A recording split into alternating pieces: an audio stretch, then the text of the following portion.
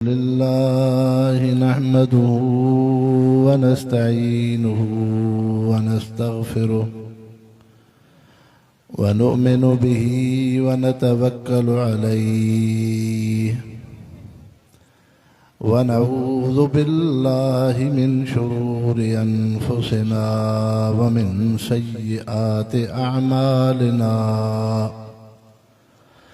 मन यहदिहिल्लाहु फला मुज़िल्ल लहु व मन युज़लिल्हु फला हादिय लहु व नशहदु अल्ला इलाहा इल्लल्लाह व नशहदु अन्न मुहम्मदन अब्दुहु व रसूलुहु अम्मा बाद फ़अऊज़ु बिल्लाहि मिनश शैतानिर रजीम बिस्मिल्लाहिर रहमानिर रहीम या अय्युहन नासु उअ्बुदू रब्बकुमुल्लज़ी खलक़कुम वल्लज़ीन मिन क़ब्लिकुम लअल्लकुम तत्तक़ून अल्लज़ी जअल लकुमुल अर्ज़ फ़िराशं वस्समाअ बिनाअ वअंज़ल मिनस समाइ माअन फ़अख़रज बिही मिनस्समराति रिज़क़न लकुम फ़ला तजअलू लिल्लाहि अंदादन व अंतुम तअलमून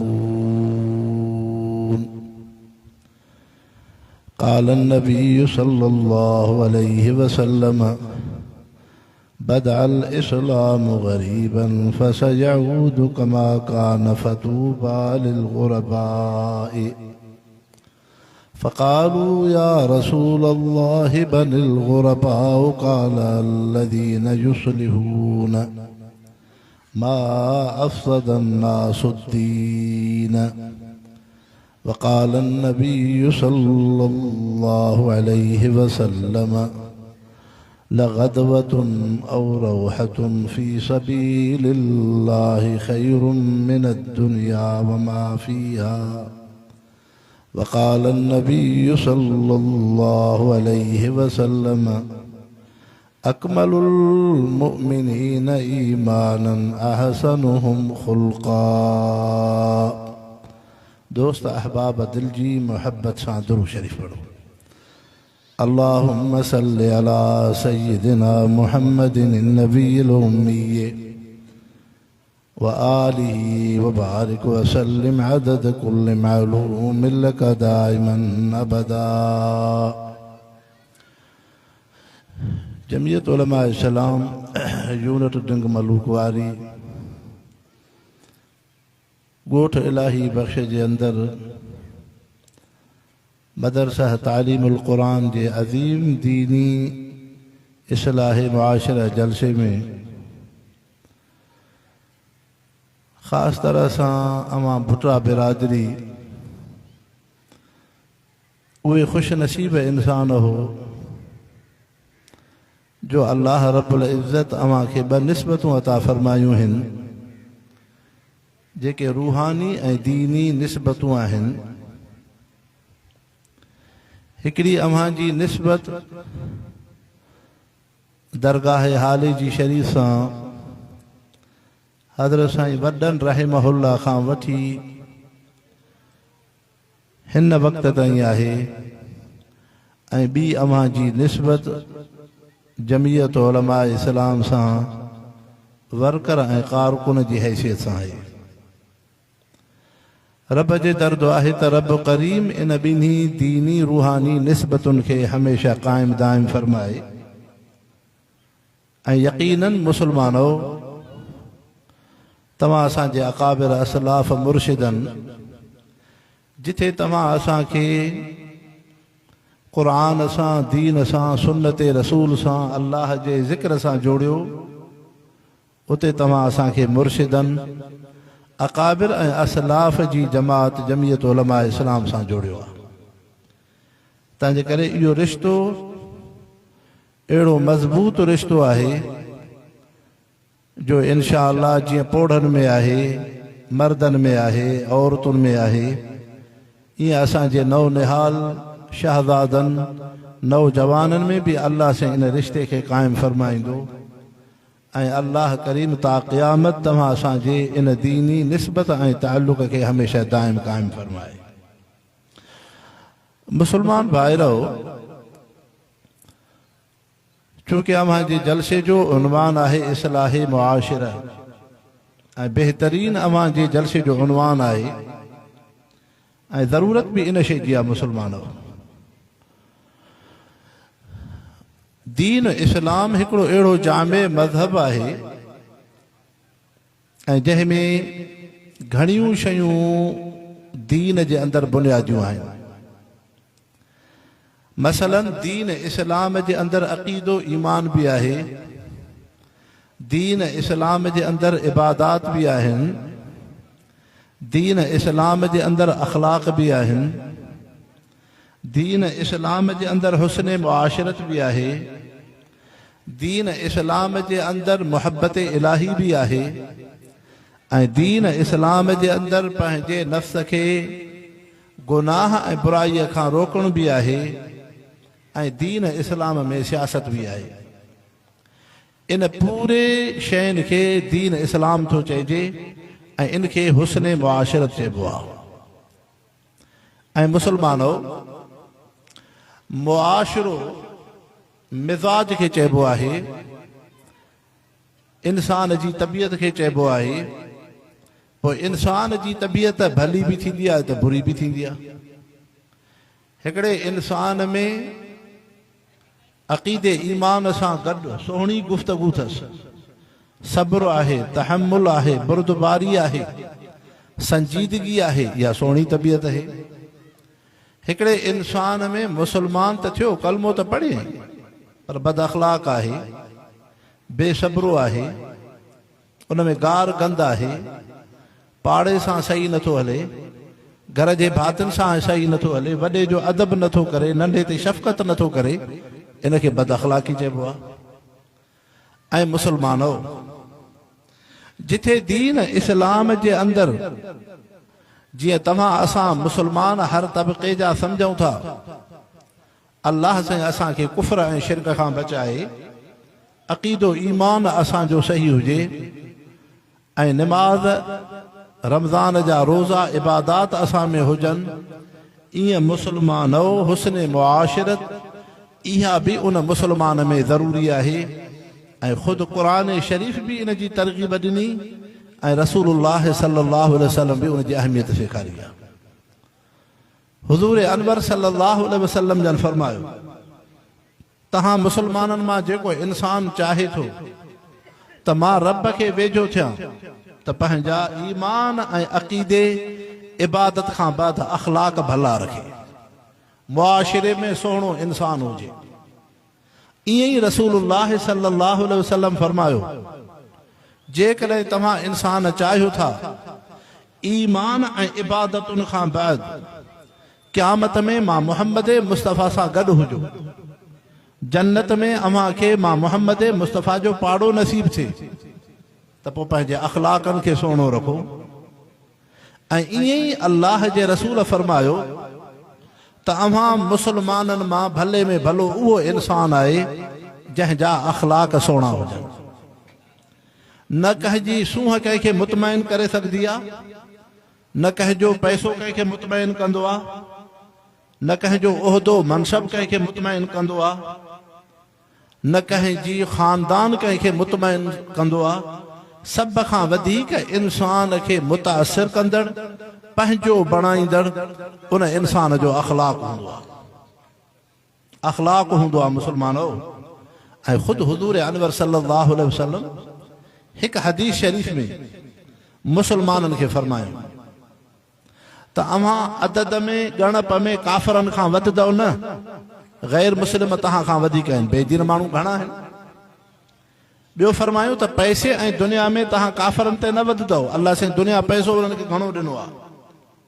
टीं शइ हुज़ूर अनवर सल्लल्लाहु अलैहि वसल्लम फरमायो, जे तव्हां मुस्लमाननि में उहा नेमत हूंदी त तहां कुफ्र ते दुनिया ते ग़ालिब थींदव, उहो आहे मां मुहम्मद मुस्तफ़ा जो अख़लाक़। जे तव्हां मुस्लमाननि में अक़ीदे ईमान सां गॾु इबादत सां गॾु मुहम्मद मुस्तफ़ा जो अख़लाक़ हूंदो त पोइ तव्हां कुफ्र ते ग़ालिब, इंसाननि ते ग़ालिब हो। सहाबी सगोरा रिज़वानुल्लाह अलैहिम अजमईन, उन्हनि खे कहिड़ी कुवत ऐं ताक़त है, हुस्न अख़लाक़। रसूलुल्लाह सल्लल्लाहु अलैहि वसल्लम जंहिं मुआशिरे में अचनि था, कुफ्र उन में, शिरक उन में, शराब उन में, ज़िना उन में, क़त्ल उन में, चोरी उन में, बद अख़लाक़ी उन में, ज़ुल्म उन में, लेकिन अल्लाह जे रसूल उन्हनि इंसाननि खे पंहिंजे अख़लाक़ सां मुतासिर कयो। ऐं हुज़ूर अनवर सल्लल्लाहु अलैहि वसल्लम जन नुबुवत जे ऐलान खां बाद जॾहिं मके जे इंसाननि खे दावत ॾिनी त उअबुदुल्लाह वला तुशरिकू बिही शैआ, हिकु अल्लाह जी इबादत कयो, रब सां गॾु कंहिंखे शरीक न कयो। अक़ीमु सलात, निमाज़ खे क़ाइमु कयो।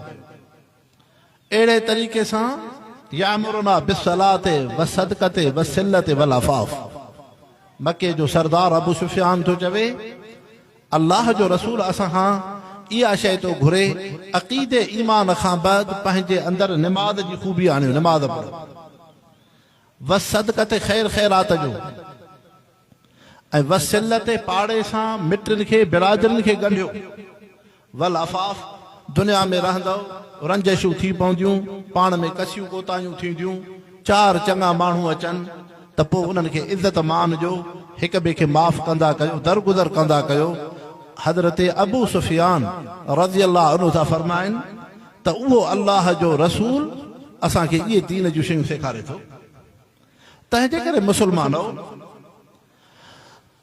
हुस्न मुआशिरत, हुस्न मुआशिरत में पहिरीं बुनियादी शइ अक़ीदो ईमान आहे त असां इंसान तौहीद जो अक़ीदो रखूं, ऐं जंहिं क़ुरान पाक जी इज़त तव्हां असांजे दिलनि में आहे, अहमियत ताज़ो हाफ़िज़नि जी ताज पोशी थी, तव्हांजी बि दिलि घुरंदी हूंदी बचड़ा क़ुरान पढ़नि, पर असुल क़ुरान पाक जो हक़ छा आहे मुस्लमानो?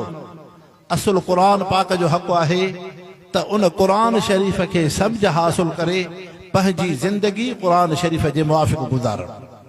असुल हक़ इहो आहे। तंहिंजे करे क़ुरान शरीफ़ जो मक़सद चार शयूं आहिनि। हिकिड़ो क़ुरान शरीफ़ जो मक़सद तौहीद ऐं ईमान आहे। अल्लाह से फरमायो, हिकिड़े अल्लाह सां ताल्लुक़ रखो, वला तुशरिकू बिही शैआ, उन अल्लाह सां गॾु शरीक न कयो, इन शिरक लज़ुल्मुन अज़ीम। ॿियो क़ुरान शरीफ़ इहा तालीम दर्स थो ॾे त हुज़ूर अनवर सल्लल्लाहु अलैहि वसल्लम सां निस्बत रखो, महबूब मुस्तफ़ा सां ताल्लुक़ रखो, तमाम नबियनि जी ताज़ीम कयो, पर ख़ातमुन नबिय्यीन हज़रत मुहम्मद करीम सल्लल्लाहु अलैहि वसल्लम जी इत्तिबा पैरवी कयो। लक़द कान लकुम फ़ी रसूलिल्लाहि उस्वतुन हसना, इहो क़ुरान जी तालीम आहे। टियों क़ुरान शरीफ़ तव्हां सां उम्मत मुस्लिमा खे इहा शइ सम्झाए थो, इंसाननि खे, जॾहिं तव्हां में अक़ीदो ईमान आयो, हुज़ूर पाक सल्लल्लाहु अलैहि वसल्लम सां निस्बत थी, तव्हां शरीयत दीन इस्लाम ते हलियो, निमाज़ तव्हां में, क़ुरान तव्हां में, ज़िक्र तव्हां में, बंदगी तव्हां में, अल्लाह जे अहकामनि जी इताअत तव्हां में, त पोइ तव्हांखे जन्नत जी बिशारत। बशिरिल लज़ीना आमनू, क़ुरान शरीफ़ में अल्लाह से बार बार ख़ुशख़बरी ॾिनी आहे, तव्हांखे जन्नत मिलंदी, उन जन्नत में तव्हांखे नहरूं मिलंदियूं, खीर जी नहर, वाह खीर जो, माखीअ जो वाह, शराबन तहूरा जो वाह, ऐं अहिड़े तरीक़े सां उन हीअ रहीम मख़बूम जो वाह, अर्श खां जेको ख़ालिस पाणी निकिरे थो, ये चार वाह हर जन्नती खे मिलंदा। हिते त खीर जे चुके खां सिकूं था, लेकिन उते खीर जो वाह, शराब तहूर जो वाह, दुनिया जो शराब पियो, अकुल पालक माण्हू जो मफ़रूज थिए, वात मां धप अचे, माण्हू शराब पीअंदा आहिनि, घर जे भातनि सां विढ़नि, जन्नत जे शराब में बेहोशी न हूंदी। अकुल मफलूज न थींदो। जन्नत जे शराब सां अल्लाह सां मोहब्बत वधंदी। जीअं दुनिया में नमाज़ था पढ़ो, क़ुरान था पढ़ो, ज़िक्र था कयो, अल्लाह सां मोहब्बत वधे थी। जन्नत में ईअं हूंदो, उन नेमतुनि सां रब सां मोहब्बत वधंदी, अल्लाह जे नेमतुनि सां। त अहिड़े तरीक़े सां खीर जो वाव, माखीअ जो वाव, ऐं दुनिया में वाह तव्हां कचे जे इलाइक़े जा हो, बंद जो ख़तरो, मतां बंद भॼे। जन्नत में बंद जी खोटाई जी ज़रूरत न हूंदी।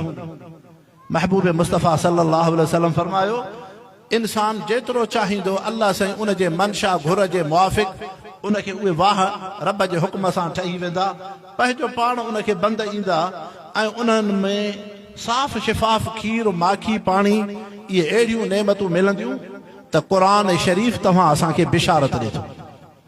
जन्नत जी बिशारत, अल्लाह जे रज़ा जी बिशारत, अल्लाह जे दीदार जी बिशारत। मुसलमानो, ईमान छा आहे?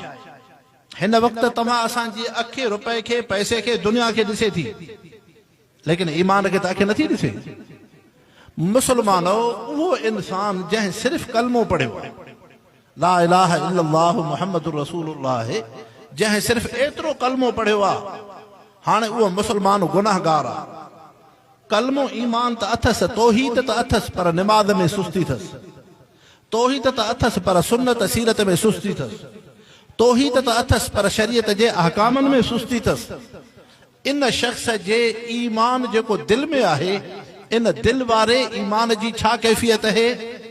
अल्लाह जा बुज़ुर्ग उलमा इकराम था फरमाइनि, जेकॾहिं अल्लाह साईं इन गुनाहगार मुसलमान जे दिल में जेको ला इलाहा इल्लल्लाह जे कलमे जी आयत है, जे अल्लाह से उन जे रोशनाई खे दुनिया में ज़ाहिर करे, त एतिरो नूर उन गुनाहगार मुसलमान जे दिल में कलमे मां निकिरंदो जो ज़मीन खां वठी आसमान ताईं सॼो ख़लाउ उन ईमान जे कलमे जे नूर सां रोशन थी वेंदी। सिर्फ़ गुनाहगार इंसान जे कलमे जो एतिरो नूर आहे। गुनाहगार, पर जंहिंमें निमाज़ हुजे, जंहिंमें ज़िक्र हुजे, जंहिंमें सुन्नत हुजे, जंहिंमें सब्र हुजे, जंहिंमें तक़वा हुजे, जंहिंमें ईसार हुजे, जंहिंमें ज़ुहद हुजे, ऐं जंहिंमें ईसार याने मुसावात हुजे, जंहिंमें तवाज़ु हुजे, हुस्न अख़लाक़ हुजे, उन इंसान जे ईमान जो छा न नूर हूंदो। तंहिंजे करे अल्लाह से फरमायो, क़द अफ़लहल मोमिनून, यकीनन कामयाबी ईमान जी आहे। चौथों कुरान पाक जो मक़सद आहे तख़वीफ़, पंहिंजे अंदरि अल्लाह जो ख़ौफ़ पैदा कयो। पंहिंजे अंदरि अल्लाह जो ख़ौफ़ पैदा कयो। कहिड़ी शइ आहे जेका तव्हां असांखे गुनाहनि खां बचाईंदी? ज़िना खां कीअं बचंदासीं? पराए हक़ खां कीअं बचंदासीं? ज़ुल्म खां कीअं बचंदासीं? जॾहिं इंसान जी दिलि में अल्लाह जो ख़ौफ़ हूंदो। त हिते त मां परायो हक़ खावां थो, हिन खे गार ॾिनमि, हिन खे तकलीफ़ ॾिनमि, पाड़ेसरी जी ज़मीन ते कब्ज़ो कयुमि, हिन जी मोटरसाइकिल खयमि, हिन जा 5 रुपया खयमि, हिन सां हसद कीनो बुग़्ज़ त कयुमि, पर क़यामत में रब मूंखां पुछंदो। जॾहिं अल्लाह जो ख़ौफ़ हूंदो त इहो ख़ौफ़ ख़ुदा एॾी वॾी नेमत आहे, इंसान खे गुनाह खां बचाईंदो। ऐं अल्लाह जो ख़ौफ़ हूंदो, निमाज़ जी तौफ़ीक़ थींदी। छो अॼुकल्ह असां होटल ऐं ओताक ऐं बैठक जा शौक़ीन हूं, निमाज़ जी अहमियत नाहे, क़ुरान जे तिलावत जी तौफ़ीक़ नथी थिए, सुन्नत सीरत जी तौफ़ीक़ नथी थिए, हिकिड़ी बेबाकी जी ज़िंदगी में हलूं था। उन जो सबब ही आहे असांजे दिलनि में अल्लाह जो ख़ौफ़ कोन्हे। ज़ुबान सां त चवंदासीं यार मुआशरो हेॾो ख़राब थी वियो आहे, पर अमल असांजो अल्लाह जे ख़ौफ़ में नाहे। तंहिंजे करे सहाबा इकराम रिज़वानुल्लाहि अलैहिम अजमईन, उहा हुज़ूर सल्लल्लाहु अलैहि वसल्लम जी जमात आहे जंहिंमें ख़ौफ़ ख़ुदा हो। हज़रत उस्मान रज़ियल्लाहु अन्हु फरमाइनि था, लौ अक़ामनी अल्लाह बैनल जन्नत व बैनन नार फलम अक़ूल बिमौसय्यद। साम्हूं अल्लाह जी ज़ात हुजे ऐं माखां रब दुनिया जे ज़रे ज़रे जो हिसाब वठे, सॼे पासे खां जन्नत हुजे, खबे पासे खां जहन्नम हुजे, फलम अक़ूल बिमौसय्यद। हज़रत उस्मान रज़ियल्लाहु अन्हु था फरमाइनि, इहो इल्मु रब खे आहे त फ़ैसिलो जन्नत जो थींदो या जहन्नम जो थींदो। इंसानो, अल्लाह जो ख़ौफ़, ख़ौफ़ ख़ुदा वॾी शइ आहे। ख़ौफ़ ख़ुदा वॾी शइ आहे। अल्लाह जे ख़ौफ़ जे करे इंसान हराम खां बचंदो आहे, गुनाह खां बचंदो आहे, हलाल जी तौफ़ीक़ थींदी आहे। असांजो जेको सॼो मुआशरो बिगड़जी चुको आहे, ओ हुक्मराननि खां वठो त उहे इंसान मुल्क जे उहिदनि खे ज़िम्मेदारनि खे रियासत जुनि खे ज़ाती जागीर था सम्झनि बसि असांजी ज़ाती जागीर आहे तमामु असां आम इंसान असां बि वहशी दरिंदा बणिजी विया आहियूं बदमनी चोरी क़त्ल गारत खसीस शइ ते इंसाननि जो क़त्ल खून बेहुरमती सब्र तहमुल इंसानियत असां खां निकिरी वई इन जो बुनियादी सबबु इहो आहे अल्लाह जो ख़ौफ़ न आहे तंहिंजे करे इंसान क़ुरान शरीफ़ जो मक़सद तौहीद ऐं ईमान आहे पाण खे कुफ्र शिरक खां बचायो क़ुरान पाक जो ॿियो मक़सद रसूलुल्लाह सां निस्बत ताल्लुक़ आहे क़ुरान शरीफ़ जो टियों मक़सद उन नेक अमलनि ते ख़ुशि थियो निमाज़ क़ुरान ज़िक्र जन्नत जी बिशारत चौथों मक़सद क़ुरान पाक जो पंहिंजे अंदरि अल्लाह जे ख़ौफ़ खे पैदा कयो तंहिंजे करे क़यामत जो तज़किरो थियो तंहिंजे करे अल्लाह साईं उन इहे क़यामत जे अजीब उन्हनि शयुनि खे बयानु कयो आहे अल्लाह जे जेके फ़रिश्ता आहिनि फ़रिश्ता इहा रब जी हिकिड़ी तकवीनी मख़लूक आहे निज़ाम आहे हिकिड़ो तव्हां असांखे अल्लाह से अख़्तियार ॾिनो आहे तव्हांजे साम्हूं गोश्त पियो आहे मच्छी पई आहे सब्जी पई आहे भाॼी पई आहे जेकी शइ खाओ फ़रिश्ता खाइण पीअण खां पाक उन्हनि में ख़्वाहिश न आहे उन्हनि में उञ न आहे उन्हनि खे घर जी ज़रूरत कोन्हे उन्हनि में औलाद पीउ माउ बचड़ा ईअं न आहिनि बसि अल्लाह साईं जेको उन्हनि खे तकवीन तौर ते पैदा कयो आहे उहे फ़रिश्ता आहिनि हाणे हज़रत जिब्रील उहो फ़रिश्तो जेको नबीअनि जी ख़िदमत में वहयु खणी अचे क़ुर पाक खणी अचे हज़रत मीकाईल उहो फ़रिश्तो आहे जेको फ़रिश्तो जेको आहे त जबलनि खे जुड़नि खे बादलनि खे मींहनि खे हकले हज़रत इसराफील उहो फ़रिश्तो आहे जेको सूर खे फूकींदो फूक ॾींदो सॼी दुनिया दरम बरम थींदी वरी रब जे हुकुम सां ॿीहर फूक ॾींदो त माण्हू ज़मीन मां ईअं निकिरंदा जीअं कणक जो सलो तव्हां हे कमद गनो पोखियो था दाणो सावक ज़मीन खां निकिरंदी आहे ईअं इंसान क़यामत जे ॾींहुं रब जे हुकुम सां निकिरंदा हज़रत इज़राइल उहो फ़रिश्तो जेको इंसाननि हैवाननि जे मख़लूक खे साह खे कढे थो इसराफील जेको फ़रिश्तो आहे हदीस पाक में आहे उहो ईअं बीठो आहे जीअं हिकिड़ो माण्हू शिकार खे ॾिसी गिलोल ॻोढ़ो हूंदो अथसि छिके बीहंदो आहे त छड़ो निशान ते अचे त हणा उहो इसराफील फ़रिश्तो ईअं बीठो आहे हिकु पेर अॻिते ॿियो पोइते उन जे हथ में सूर आहे बसि सिर्फ़ उहो नाकूस सूर पंहिंजो फूक ॾींदो सिर्फ़ उहो रब जे हुकुम सां बीठो आहे जॾहिं खां वठी हज़रत इसराफील उहो फ़रिश्तो अल्लाह से पैदा कयो आहे केतिरी दुनिया गुज़री आहे केॾा हज़ार साल गुज़रिया आहिनि लेकिन उन फ़रिश्ते खे चुरपुर जो हुकुम न आहे ओ ईअं गिलोल जीअं ॻोढ़ो माण्हू गिलोल में विझी करे शिकार खे छड़ो ॾिसंदो आहे निशान ते अचे त हणा इसराफील फ़रिश्तो ईअं बीठो आहे इहा हिकिड़ी अल्लाह जो निज़ाम आहे तंहिंजे करे तव्हां असांजे ईमान में इहा शइ रखी वई आमनतु बिल्लाहि व मलाइकतिही अल्लाह ते ईमान फ़रिश्तनि ते ईमान इंसानो वॾो अल्लाह जो निज़ाम आहे तव्हां असां छा आहियूं अॼुकल्ह हे पाणीअ जो मसालो आहे न हिननि बदबख़्तनि हुक्मराननि खे न क़ुर जी सम्झ न रसूल जी सम्झ न इस्लाम जी तारीख़ न हुननि खे दीन सां निस्बत पंहिंजे हिकिड़े हथ ते गुरूर ते तकबर ते हिन दुनिया ज़मीन ऐं पाणी चाहे हदीस पाक में आहे जॾहिं अल्लाह साईं हज़रत आदम ऐं बीबी हवा खे जॾहिं पैदा कयईं ज़मीन दुनिया में मोकिलियईं पोइ पूरी हीअ तव्हांजी ज़मीन जेका आहे दुनिया जंहिंखे चओ था दुनिया इहा सॼी नंढड़ी आहे पाणी घणो आहे इहो ईअं अथव जीअं तगारी हूंदी आहे न तगारी में पाणी विझी पोइ कुकड़ जो आनो तव्हां रखो पोइ कुकड़ जे आने जा 3 हिसा पाणीअ में वेंदा चौथों हिसो मथां ज़ाहिर थींदो जेको चौथों हिसो कुकड़ जे आने जो ज़ाहिर थो थिए इहा ज़मीन अथव बाक़ी चौधारी तगारीअ में पाणी था ॾिसो इहो समुंड आहे इन दुनिया जे टुकड़े ते इंसान वेठो आहे हाणे अल्लाह से मख़लूक केतिरी पैदा कई आहे तव्हां असांजे इल्म सोच खां वधीक आहे किन उलमा इकराम फरमायो आहे 80,000 अल्लाह से मख़लूक पैदा कई आहे पर ॿी क़ुरान शरीफ़ जी आयत में अल्लाह से फरमायो न इहो मां रब जो इल्म आहे मां रब साईं जेतिरो मख़लूक खे पैदा कयां हाणे हिकु शइ सम्झो समुंड जे अंदरि जेका अल्लाह जी मख़लूक रहे थी मच्छियूं आहिनि, हैवान आहिनि, अजीब अजीब आहिनि। ख़ासि तरह सां मच्छी त समुंड जो पाणी आहे चहिरो, इन समुंड खे जेका मख़लूक रहे थी मच्छी, उनखे मिठे पाणीअ जी ज़रूरत आहे। मिठो पाणी कीअं ईंदो? अल्लाह से हिकिड़ो दुनिया जो निज़ाम रखियो आहे। मथां बादल हलंदा, झुड़ हलंदा, बारिशूं पवंदियूं।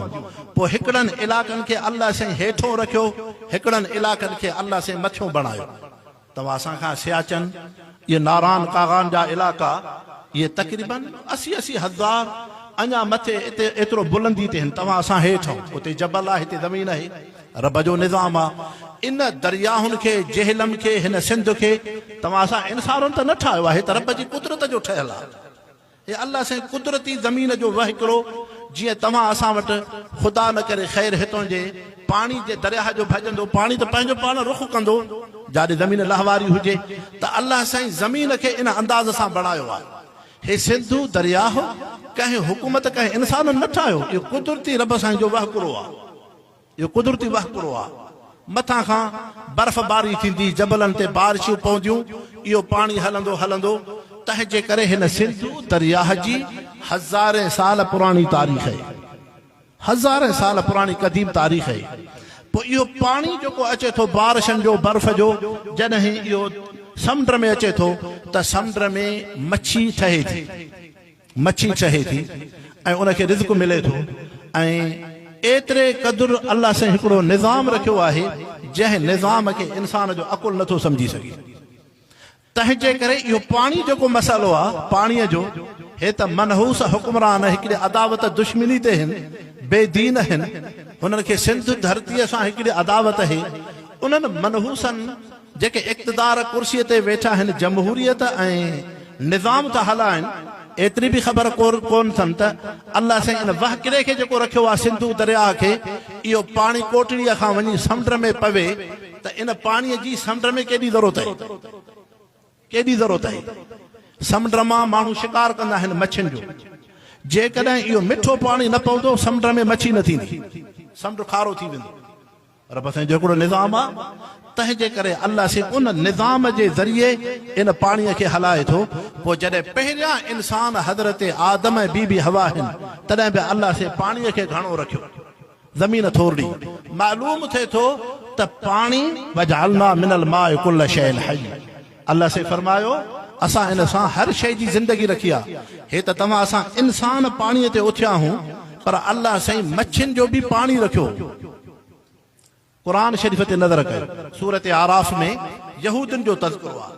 अल्लाह साईं उन्हनि खे मनो कयो त हिन ॾींहं ते तव्हां शिकार न कयो। पोइ जंहिं ॾींहं ते मनो कयो वियो उन ॾींहं ते मच्छी घणी थिए। पोइ यहूदनि छा कयो, बना ॾिना उन दरिया जे वेझो वॾा वॾा खामा खोटरे। पोइ जीअं उन में पाणी अचे, जीअं असां छंछर ॾींहुं शिकार न कयूं, अल्लाह साईं मनो कयो त इहो पाणी तव्हांजो न आहे, इहो पाणी मच्छियुनि जो आहे, या अल्लाह जे मख़लूक जो आहे। तव्हांखे पंहिंजो पाणी मिले थो। हुननि खे अल्लाह जे हुक्म जी नाफ़रमानी कयूं। ख़ुदि क़ुरान पाक सूरत आराफ़ में आहे त उन में 3 जमातूं थी वयूं। हिकिड़ा उहे इंसान थिया जंहिं अल्लाह जे हुक्म जी नाफ़रमानी कई। ॿियनि उन्हनि खे चयो अल्लाह जे हुक्म जी नाफ़रमानी न कयो, रब सां मुक़ाबिलो न कयो। जॾहिं अल्लाह तव्हांखे मनो कयो, रब जे कुदरत में हथ न विझो। नेठ हुन अल्लाह जे हुक्म जी नाफ़रमानी कयूं, अल्लाह साईं उन्हनि जे शक्लनि खे सूअर ऐं बांदर बणाए छॾियो। हाणे इन्हनि ख़बीसनि हुक्मराननि खे, ज़ालिमनि खे इहा कम से कम तव्हांखे असां सिंध खां त नफ़रत थी, पर अंधड़ो कम से कम क़ुरान त पढ़ो। त उन्हनि मच्छीअ जे पाणीअ जे करे जॾहिं उन्हनि अल्लाह जे हुक्म जी नाफ़रमानी कयूं, अल्लाह साईं उन जे शक्ल सूअर जहिड़ी बणाए छॾी। छो? हिकु त अल्लाह जे हुक्म जी नाफ़रमानी, ॿियो अल्लाह जे मख़लूक ते ज़ुल्म। मालूम थिए थो त पाणी मख़लूक जो जीआपो आहे। तव्हां असां वटि जीत ॼणा आहिनि, जानवर आहिनि, हलाल हराम आहिनि। दरिया में अल्लाह जी मख़लूक रहे थी। हलो तव्हां ज़ालिमो बंजर ज़मीनूं त आबाद कयो था, कैनाल त कढव, पर हिन सिंधु दरिया सां जेको पाणी समुंड जे तरफ़ वञे हा, पल्लो मच्छी ॿियूं मच्छियुनि जा जीत जड़ा अल्लाह जी मख़लूक जेका उन पाणीअ सां आबाद थिए हा। ज़ालिमो तव्हां सिर्फ़ सिंध सां त ज़ुल्म न कयो, अवाम सां त ज़ुल्म न कयो, तहां इंसानियत सां त ज़ुल्म न कयो, तहां त अल्लाह जे मखलूक जा बि तहां ज़ालिम हो, कातिल हो, तहां त मुजरिम हो हिकिड़ा, अल्लाह जे मखलूक जा कातिल। तंहिंजे करे उन खां अलावा अल्लाह से क़ुरान शरीफ़ में छा फरमायो? अल्लाह से फरमायो त वल अर्द अल्लज़ी जअल लकुमुल अर्द फ़िराशा, मां ज़मीन खे तहां जे लाइ बिस्तरो रखियो आहे, व समाअ बिनाअन, आसमान खे तहां जी छत कयो आहे, व अंज़ल मिन समाए माअन, मथों आसमान मां बादलनि मां झुड़नि मां पाणी थो अचे ऐं हेठि तहां खे ज़मीन मां पाणी मिले थो। तंहिंजे करे इंसान तव्हां असां जेके आम इंसान ठहे थो, जॾहिं पीउ माउ मुलाक़ात था करनि, उन जे मुलाक़ात खां बाद इंसान ठहे थो। उन जे मुलाक़ात खां बाद छा मक़सदु थियो त जीअं इंसान जी हयातीअ में इन हीअ जी ज़िंदगी तॾहिं थींदी जॾहिं मर्द औरत मुलाक़ात कंदा, माना इन इंसान खे पीउ बि ज़रूरी आहे, माउ बि ज़रूरी आहे। तंहिंजे करे इंसान उलमा इकराम था फरमाइनि, ज़मीन इंसान जे लाइ माउ जे मिसाल आहे ऐं बादल ऐं झुड़ ऐं पाणी इंसान जे लाइ पीउ जे मिसाल आहे। पोइ को जेकॾहिं नऊज़ बिल्लाह मिन्हा मुआशिरे जे अंदरि कंहिंजे पीउ ते हमिलो करे, उहा औलाद बर्दाश्त कंदी न। कंहिंजी माउ ते हमिलो करे, इन मनहूस शाहबाद शरीफ़ खे इहे पंजाब जा लौंडा जेके अॼुकल्ह चवंदा त सिंध जा चंद माण्हू निकिता आहिनि ऐं इन्हनि खे एहतिजाज जी का हैसियत ई कोन्हे, इन्हनि मनहूसनि खे चओ ख़बीसो तव्हांजे पीउ में केरु हथ विझे, तव्हांजी केरु माउ में हथ विझे, तव्हांजी गैरत बर्दाश्त कंदी?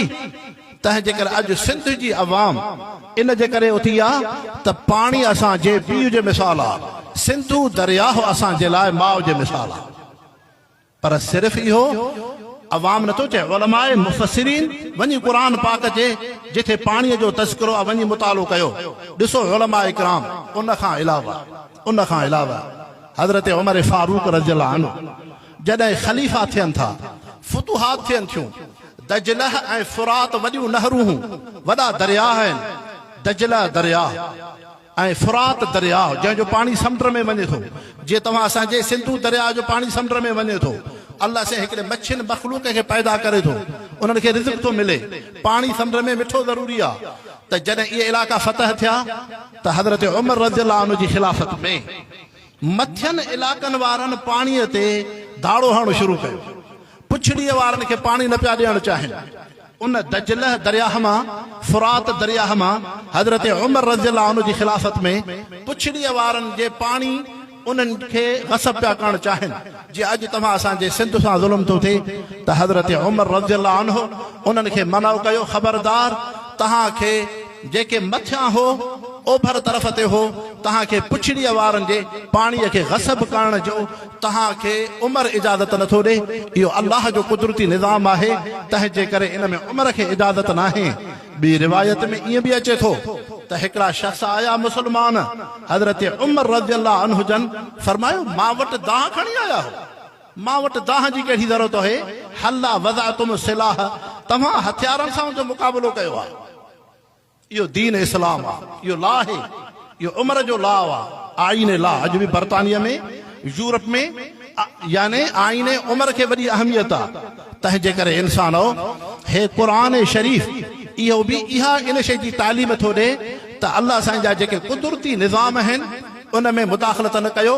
यहूदनि अल्लाह जे कुदरती निज़ाम में मुदाख़लत कई, अल्लाह साईं शक्ल सूअर जहिड़ी कई। अहिड़े तरीक़े सां हज़रत सालेह अलैहिस्सलाम जेकॾहिं उन जी क़ौम उन उठड़ीअ जी बेहुरमती करे थी जेका पाणी पींदी हुई, पाणीअ जे करे उन उठ जी बेहुरमती कयूं, अल्लाह जे अज़ाब खां न बची सघिया। मालूम थिए थो जेको इन कुदरती निज़ाम पाणीअ ते गसब कंदो, तकब्बुर कंदो, गुरूर कंदो, रब उन्हनि खे तबाह ऐं बर्बाद कंदो। इहो रब जो निज़ाम आहे, रब जी पकड़ मथे आहे। तंहिंजे करे अल्लाह साईं इन्हनि ज़ालिमनि खे हिदायत नसीब करे ऐं अल्लाह करीम तव्हां असांखे उन ई उलमा सां अल्हम्दुलिल्लाह हज़रत मौलाना फज़ल रहमान साहब उन जो मौक़िफ़ तव्हांजे पूरी मीडिया जे साम्हूं अची वियो त जमीयत उलमा इस्लाम सिंध जे हुकूक सां गॾु आहे। अहिड़े तरीक़े सां जमीयत उलमा इस्लाम इन शइ ते एहतिजाज करे थी। ख़ासि तरह सां 25 अप्रैल ते तव्हांजी ज़िला घोटकी में सूबाई जमाअत एहतिजाज जो जलसे जो ऐलान कयो आहे हतल मक़दूर मुसलमान शरीक थियनि ऐं अहिड़े तरीक़े सां अल्लाह से तव्हां असांखे फ़लस्तीन जे मज़लूम मुसलमाननि सां रब सां हिमायत जी तौफ़ीक़ अता फरमाए। हज़रत साईं जन तव्हांखे फरमायो न त कम से कम तव्हां माली तामुन कयो ऐं तव्हां असांजे वस में बि इहो आहे ऐं माली तामुन जी छा फ़ज़ीलत आहे। अल्लाह से क़ुरान शरीफ़ में जिथे जिहाद जो ज़िक्र कयो अक्सर और बेशतर अल्लाह से माल के पहिरियों ज़िक्र कयो पोइ क़िताल खे। अॻ में माल ख़र्च कयो पोइ जान, अॻ में माल पोइ जान। छो माल जी वधीक अहमियत आहे। उहे मुसलमान जेके लड़नि था, जेके फ़लस्तीन में मासूम ॿार आहिनि, औरतूं आहिनि, ज़ख़्मी थी पिया या अहिड़े तरीक़े सां इलाज मुआले जो ज़रूरतूं घरड़ा आहिनि, पैसो इंसान जी ज़रूरत आहे। तंहिंजे करे उलमा इकराम था फरमाइनि अल्लाह से क़ुरान शरीफ़ में हदीस में हुज़ूर पाक सल्लल्लाहु अलैहि वसल्लम पैसे जे ख़र्च करण खे वधीक फ़ज़ाइल सां बयान कयो आहे जो पैसे ऐं माल जी वधीक ज़रूरत थींदी आहे। केतिरी उन जी फ़ज़ीलत आहे। हुज़ूर पाक सल्लल्लाहु अलैहि वसल्लम हिकु हदीस में कीअं फरमायो, हज़रत अब्दुल्लाह बिन अब्बास खां रिवायत है, जेकॾहिं हिकिड़ो मुसलमान हिकु रुपयो अल्लाह जे रस्ते में मुजाहिद जे मथां ख़र्च थो करे, अल्लाह से 700 उन खे वधाए थो, ॼण 700 रुपया ॾिनई। पर ॿी रिवायत में महबूब मुस्तफ़ा फरमायो जंहिं हिकिड़ो रुपयो ॾिनो ॼण 7 लख रुपया मैदान जिहाद में ॾिनई। 7 लख रुपया। ऐं हिकु हदीस में अजीब फ़ज़ीलतूं आहिनि। हुज़ूर पाक सल्लल्लाहु अलैहि वसल्लम फरमायो जंहिं मुसलमान मुजाहिद खे तीर वठी ॾिनो, अल्लाह से क़यामत जे ॾींहुं इन तीर खे ओहद जबल जेतिरो वधाईंदो। कंहिं मुसलमान कंहिंखे घोड़ो वठी ॾिनो, अल्लाह से उनखे क़यामत जे ॾींहुं सुवारी ॾींदो, वञ जन्नत में घोड़े ते। कंहिं मुसलमान ज़िरह वठी ॾिनी, अल्लाह से उन ज़िरह खे ढाल बणाईंदो। कंहिं मुसलमान जेकॾहिं का शइ वठी ॾिनी, अल्लाह साईं उन जे उन शइ खे शक्ल शबाहत ॾेई क़यामत जे ॾींहुं उहा तलवार ॻाल्हाईंदी, उहो तीर ॻाल्हाईंदो, उहो घोड़ो ॻाल्हाईंदो, उहो मुसलमान जो रुपयो ॻाल्हाईंदो। रब जे आॾो अर्ज़ु कंदो अल्लाह साईं मां हिन जी तलवार आहियां, मां हिन मुसलमान जो तीर आहियां, मां हिन जो घोड़ो आहियां, मां हिन जो पैसो आहियां। हिन मूंखे जिहाद में ख़र्च कयो हो तुंहिंजे रस्ते में। अॼु अल्लाह साईं इन जे करे हिन अमल जे तुफ़िले इन इंसान खे जन्नत में मोकिलियो। तंहिंजे करे इन्फ़ाक़ फी सबीलिल्लाह जी दीन में वॾे में वॾी फ़ज़ीलत आहे। मुसलमानो जिहाद जी छा फ़ज़ीलत। तव्हां मुसलमान घरनि में नमाज़ूं पढ़ो, भले क़ुरान पढ़ो, ज़िक्र कयो, तस्बीह पढ़ो, पर उहो मुजाहिद जेको मैदान जिहाद में उन ज़मीन ते सजदो करे थो, क़ुरान थो पढ़े, अल्लाह जो ज़िक्र थो करे, उन जी इबादत निमाज़ तुंहिंजे मुंहिंजे निमाज़ुनि खां वधीक आहे। तुंहिंजे मुंहिंजे ज़िक्र खां उन जो ज़िक्र वधीक आहे। तूं मां क़ुरान शरीफ़ जी आयत पढ़ूं, तोखे मूंखे उहो सवाब न मिलंदो जेको मुजाहिद फ़लस्तीन जो मैदान जिहाद में यहूद दीन जे दुश्मन सां लड़ंदे लड़ंदे क़ुरान जी आयत पढ़े। उन मुजाहिद न्याणी उन शहज़ादे जे क़ुरान खे वॾी फ़ज़ीलत आहे। एतिरे क़दुरु हज़रत अब्दुल्लाह मालिक बिन अब्दुल्लाह जासमी सहाबी लश्कर जा अमीर आहिनि। हज़रत जाबिर बिन अब्दुल्लाह सिपाही आहे, उन सहाबा उन जमात जा सिपाही आहिनि। सहाबी सगोरो हज़रत जाबिर रज़ियल्लाहु अन्हु घोड़े खां हेठि थो लहे, पैदल हले थो। हज़रत मालिक बिन अब्दुल्लाह जासमी अमीर लश्कर पुछो ऐं जाबिर तूं पंधु छो थो हले? चए हुज़ूर पाक सल्लल्लाहु अलैहि वसल्लम फरमायो जेको मुजाहिद मैदान जिहाद में हले थो, घोड़े तां उठ तां लही पैदल हलियो, हिन जे पेरनि खे मिटी लगी, गुबार लगी, आलूदगी लगी, इन मिट्टीअ जी एतिरी फ़ज़ीलत है जो इन खे जहन्नम जी बाहि न लॻंदी। हज़रत मालिक बिन अब्दुल्लाह अमीर लश्कर सहाबीअ ऐलान कयो जेके भी मुजाहिद घोड़नि ते आहिनि, जेके मुजाहिद उठनि ते आहिनि, सभ जो सभु सुवारनि खां हेठि लहो, पैदल हलो, तव्हांजे पेरनि खे मिटी लॻे ताकि महबूब मुस्तफ़ा जे हदीस पाक जो शरफ़ अमा सहाबिन खे बि हासिल थिए। मुसलमानो जिहाद जी वॾी फ़ज़ीलत आहे, जिहाद जी वॾी फ़ज़ीलत आहे। अब्दुल्लाह बिन रवाहा रज़ियल्लाहु अन्हु सहाबी आहे। हुज़ूर पाक सल्लल्लाहु अलैहि वसल्लम फरमायो अब्दुल्लाह फिलानी जंग में वञ, ऐं हुज़ूर सल्लल्लाहु अलैहि वसल्लम कंहिं सहाबीअ खे जेकॾहिं शहादत जी ख़ुशख़बरी ॾींदा हा, इहो फरमाईंदा हा अल्लाहुम्मा मग़फ़िर, अल्लाह से हिन खे बख़्शिजांइ, अल्लाह से हिन खे बख़्शिजांइ। हज़रत आमिर बिन अक़वा रज़ियल्लाहु अन्हु सहाबी आहे, ख़ैबर में हले थो, वरी बहादुरी सां अशार पढ़े थो, घोड़नि खे उठनि खे जज़्बात थो ॾेराए। हुज़ूर पाक सल्लल्लाहु अलैहि वसल्लम शेर ॿुधा, पाण सल्लल्लाहु अलैहि वसल्लम फरमाया अल्लाहुम्मा मग़फ़िर, ऐं अल्लाह साईं मुंहिंजे आमिर बिन अक़वा सहाबीअ खे बख़्शिश। सहाबा फरमाइनि था असांखे यकीन थियो इहो सहाबी शहीद थींदो। त हज़रत अब्दुल्लाह बिन रवाहा खे हुज़ूर पाक सल्लल्लाहु अलैहि वसल्लम इहो फरमायो अल्लाहुम्मा अग़फ़िरहु। हाणे सहाबीअ खे ख़्यालु थियो त ज़िंदगी जो आख़िरी जुमो आहे, मां इहो जुमो महबूबे मुस्तफ़ा जे पोयां पढ़ी वञा, महबूबे मुस्तफ़ा जे पोयां पढ़ी वञा। तव्हां असां हिते मुसलमान हूं, तमन्ना कंदा हूं मदीने में मरूं, मदीने में मौत थिए, मदीने में क़ब्र ठहे, बराबर भली शइ आहे, उनजी फज़ीलत आहे। लेकिन अब्दुल्लाह बिन रवाहा खे सहाबीअ खे ख़्याल थी पियो त मां आख़िरी जुमो मस्जिद नबी में महबूबे मुस्तफ़ा जे पोयां पढ़ां। लेकिन होॾां अल्लाह जे रसूल फरमायो हो जिहाद में वञजांइ सुबुह जो। जॾहिं महबूबे मुस्तफ़ा खे ख़बर पई अब्दुल्लाह बिन रवाहा जंहिंखे जिहाद जो हुकुम थियो आहे, बजाए उन जे मां मोहम्मद मुस्तफ़ा जे पोयां जुमे जी तमन्ना थो करे त आख़िरी जुमो मस्जिद नबी में महबूबे मुस्तफ़ा जे पोयां पढ़ां, अल्लाह जे रसूल फरमायो ऐ अब्दुल्लाह तू मैदान जिहाद में वञे हां, सुबुह जे वक़्त में तू सुबुह जे पहिरें वक़्त में उहा जेका तोखे फज़ीलत हुई उहा फज़ीलत मां मोहम्मद मुस्तफ़ा जे पोयां जुमे में तोखे नसीब न थींदी। पंहिंजे ज़हननि खे ठाहियो मुसलमानो, पंहिंजे ज़हननि खे ठाहियो।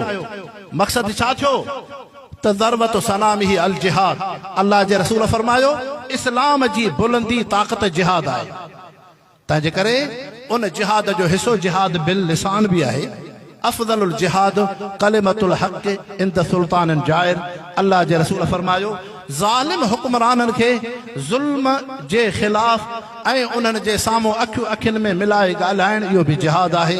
अॼु अल्हम्दुलिल्लाह अल्लाह से इहा क़ुव्वत इहा ताक़त क़ाइदे मिल्लत इस्लामिया हज़रत मौलाना फज़लुर रहमान साहब जन खे अता फरमाई आहे, जेको आलम इस्लाम खे झंझोड़े थो, मुस्लिम हुक्मराननि खे झंझोड़े थो त तव्हां फ़लस्तीन बैतुल मुक़द्दस जे उन हीअ मज़लूम मुसलमाननि जे हिमायत में न आहियो, तव्हां ज़ालिम अमेरिका इसराइल जे तरफ़ आहियो। अॼु उन्हनि खे ललकारे रहियो आहे मर्द मुजाहिद मर्द कलंदर हज़रत मौलाना फज़लुर रहमान साहब। अॼु मुसलमानो उन्हनि जे हथनि खे मज़बूत करण जी ज़रूरत आहे। अॼु उन जे ज़ुबान खे ताक़त ॾियण जी ज़रूरत आहे। अॼु उन जे आवाज़ खे बुलंद करण जी ज़रूरत आहे।